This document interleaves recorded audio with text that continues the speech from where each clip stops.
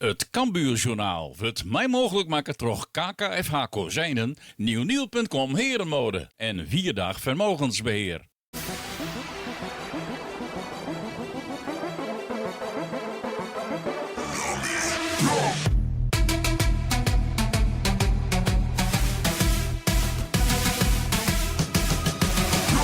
Welkom bij het Cambuurjournaal.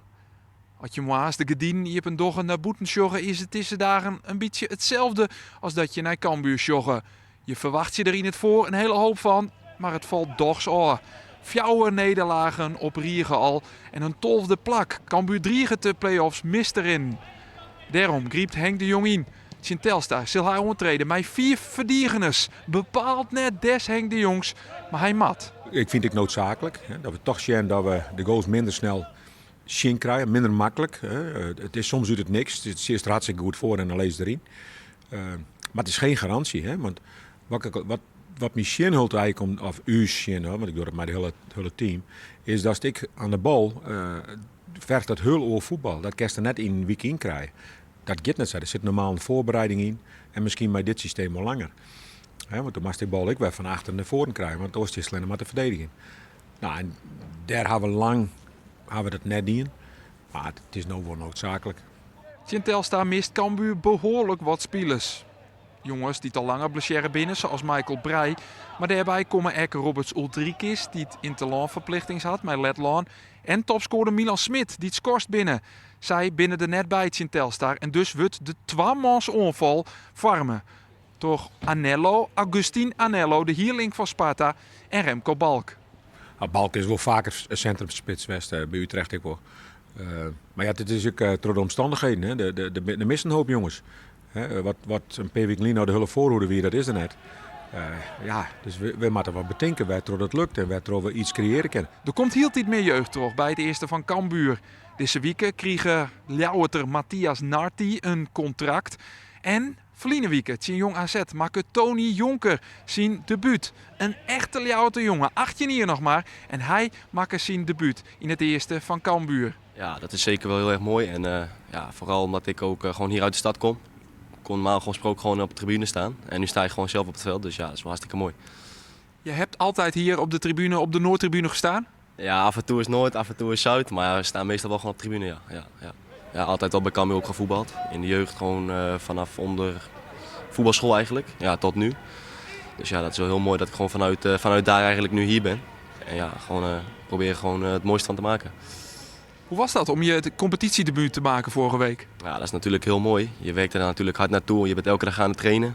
En ja, uiteindelijk wil je natuurlijk wel die stap ook maken. En ja, dat is dan vorige week gebeurd. Ja, nu hoop ik gewoon op meer minuten. En ja, dat is wel heel mooi. Gelijk een geel kaartje, past dat ook bij je spel? Ja, misschien wel. Het moest ook wel even, maar ja, dat hoort er soms ook bij. Een beetje een kleine overtreding maken hoort erbij. Tony Jonker, hij zit echt Sint Telstar weer bij de selectie, maar wel op de bank. Dit is ze dan, de opstelling met 4 verdiegenis. Silla, Smant, Bersma, Tol en Ottersen. Waarin dus Anello en Balk bij de aanwezigens van Robert Ulrikis en Milan Smit. Het is een interland weekend, daarom speelt het Cambuur dit keer op Sneunioen in steeds van op Vretejoen. Want er is verder geen eredivisie voetbal. Het Cambuurstadion net hierondal uitverkocht. Boppen dat binnen er echt nog wel aardig wat lege plakken. Er binnen wel wat meesken die toch hebben 4 nederlagen op Riegen. En dan zien de nummer 18. Ik liet hem zitten. Die meesken die er net binnen, die missen dat Telstar in de begin het best uit de startblokken komt. Dit is een schot van Yusuf El Kachati. Wordt onrekken terug Marco Tol. En het gaat daar toch Jonken de goal. De eerste mogelijkheid van de wedstrijd dus voor de gasten. Telstar dat Ligas Cambuur echt met 4 verdiegeners voetballet. Maar dat betekent net dat er geen kansen komen kunnen. Dit is Remco Balk. Hij leidt de bal deel voor Jeremy van Mullen. Maar de bal gaat er net in. Boppen dat wordt er een training maken terug verder de Jong in de rebound. En daar toch blijft het 0-0. De redding van deze keeper Ronald Koeman junior. Ja, het is de zoon van uw boenscoach Ronald Koeman. Vandaar de junior dus. Op een ei Cambuur, verdiegenend. Ja, er staan genoeg spelers. Zoals deze Marco Tol, die aan de rechterkant een goede paas in de hoers had op Agustin Anello. De Amerikaan had nog net een soort litten bij Cambuur. Misschien dat je wat komen kent. Nou, dit is een hele goede voorzet. Sekou Silla. Maar werd de redding van Koeman junior. Dit hier hem doch zwerzen matten. Het schot van Silla. Maar dat gaat eens rucht op de keeper hoor. En die hoeft net zo volle te dwan als zijn handen uitstekken. Voor het skoft dan nog. Maar Telstar weer. El Kachati. Bal komt bij Denzel Gravenberg. Het is een sterke spits die draait. Maar de redding is van Yannick van Os, de Cambuurkeeper. In de tweede helte op een Telstar dat het best uit de startblokken komt. Dit is weer Gravenberg. Jouwt hem aan de linkerkant om Kain Seedorf. Die skin Ottersen op ziet je het schot in de vierde hoeken. Die het maar krijgt Oer en Jonken. Maar daar wie Telstar toch echt dichtbij die openingstreffer. Cambuur is ziekjende. En had het publiek ontnota eens nog net zo volle te bieden in dit nieuwe 4-3-2 systeem. Hier komt Telstar weer met Gravenberg kappen, draaien. En uiteindelijk is het voortwerkje van verder de Jong naar Ottersen. Ja, echt voortwerkje is het net wat Cambuur docht. Sableeuw Telstar met de druk. Dit is Seedorf. Frommelt hem voorbij aan het chinstander. En het schot dat uiteindelijk voor het bokst wordt kent door Yannick van Os. Nog altijd 0-0 dus. En spektakel, daar is het wachtje nog op in het Cambuurstadion. Telstar dan weer oer de linkerkant. Gravenberg, die sterke spits. Dan zet hij zijn kont er weer in. Dan draait er om zijn chinstand naar hinnen. En dan is het gevaarlijk. Maar Van Os die kan echt dit schot pareren. Het is een pleeg. Dit is een Gravenberg voor de verdedigers van Cambuur.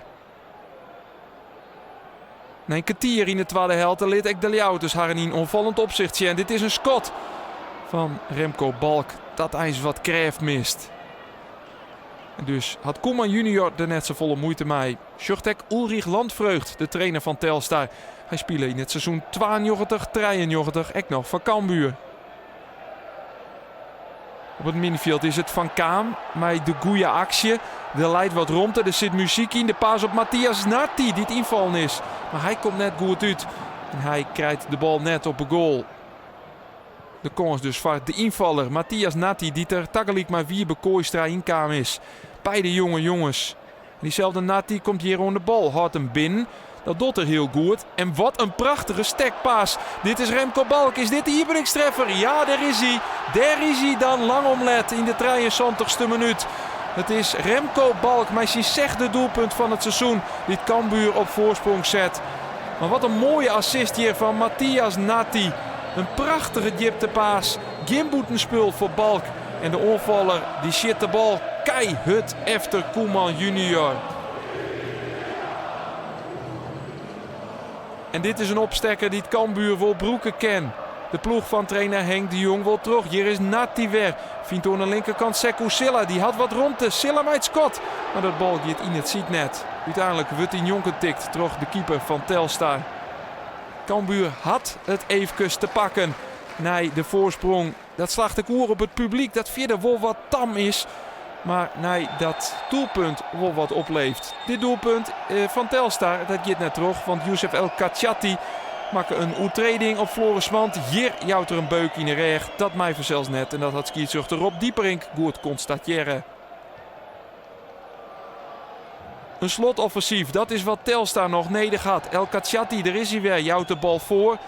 Maar echt gevaarlijk wordt het net. Of komt dat dan ook nog? Schot uit de tweede linie. Maar jocht in de handen van Yannick van Os. En zo wint Cambuur voor het eerst zo'n 19 februari weer zijn wedstrijd. En het houdt ook nog eens de 0. En dat is al 3 maanden. Het weer net de mooiste wedstrijd, maar er komt het eigenlijk helemaal niet op inspelen. Dus er komt eigenlijk net aan voetbal in ta. Dus het is heel vol de eerste bal naar in ta. En dan moest eigenlijk meestal helemaal uitloeken. Dus hun verdedigers helemaal terug stappen laten. En dan zit hij op in. En dan gaat Balkie, die trok koppen of die had de bal. En dan moet Anello meer op reageren. Ja, en dan komt verder de Jong denk je bij. Nou, zo moest eigenlijk voetballen. En wat oors kent, doe ik net opbouwen. Want dan leidt de buis in de goal. Nou ja, dat hebben we geprobeerd te doen. En we gaan een aantal kansen doen. En zij hebben 1 of 2 kansen volgens mij. Een shit kans niet. Maar over het algemeen denken we dat het een terechte overwinning is. Ja, dat is een goed gevoel natuurlijk. We hebben gelukkig gewonnen, zelf gescoord, dat is altijd mooi. De laatste tijd stond ik een beetje negatief voor de camera, maar nu gelukkig een keer positief. Ja, gaat het eindelijk een keer niet over die gele kaarten. Maar heb je jezelf op een andere manier op de kaart gezet? Hoe erg had je dat nodig? Ja, dat is wel fijn voor mezelf. Ik heb er te veel over me heen gehad met de gele kaarten, dus dan zit het heel fijn. En gelukkig kan ik mijn goaltje dan meepikken, inderdaad. Hij zat er lekker in, hè? Wat dacht je? Hij moet gewoon hard en dan zie ik het wel? Ja, ik kreeg echt een goede bal van Narty en ik dacht ik moet hem niet diagonaal spelen, want dat heeft de keeper door, dus ik dacht ik schiet hem zo. En hij zat er gelukkig goed in. Ja, natuurlijk. Als keeper zijn wil je altijd de nul houden. En wat ik zei net een tijdje geleden, dus dan is het extra lekker dat het vandaag lukt. Ja, in hoeverre heeft dat te maken met de wijziging van het spelsysteem, dat jullie naar 5 verdedigers zijn gegaan? Ja, ik denk wel dat dat een groot aandeel is daarin. Ja. Weet je, het is toch een extra verdediger ervoor. En het ziet dat pakt goed uit. Aan de bal is het misschien niet het mooiste voetbal wat we kunnen laten zien of willen laten zien. Maar ja, als het aan mij ligt, houden we aan het systeem vast. We kunnen 4-4 inspelen. Dan krijg je een heel bewegelijk middenveld. Dan krijg je met 12 erop. De buitenkant die kan volle mee komen nog. Hè? Dus we kennen van alle. Je kan super aanvallend spelen met dit speeltje. Hè? Alleen het gaat om. We hebben eens mee begonnen en gisteren dat in één keer verloren. Ja, dat vergt gewoon 8 weken. Nou ja, nu hebben we het inzet en nu geven we het maar mee terug. Zeker de eerste 3-4 wedstrijden.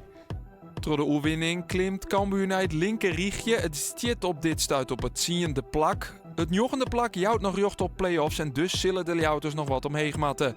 Bovenaan is Willem II nog altijd de koprenner met een voorsprong op Roda JC van 4 punten. Jong FC Utrecht is de hikkensluiter. Dit koel Cambuur Wolbroeken. Eindelijk weer eens een oerwinning na 4 nederlagen. Na je weekend binnen wij er weer met een nieuw Cambuurjournaal. Vreed is de uitwedstrijd in FC Eindhoven en dan binnen wij er dus sneurs weer. Ontan. Het Cambuurjournaal waard mij mogelijk maken door KKFH Kozijnen, nieuwnieuw.com Herenmode en 4 Vermogensbeheer.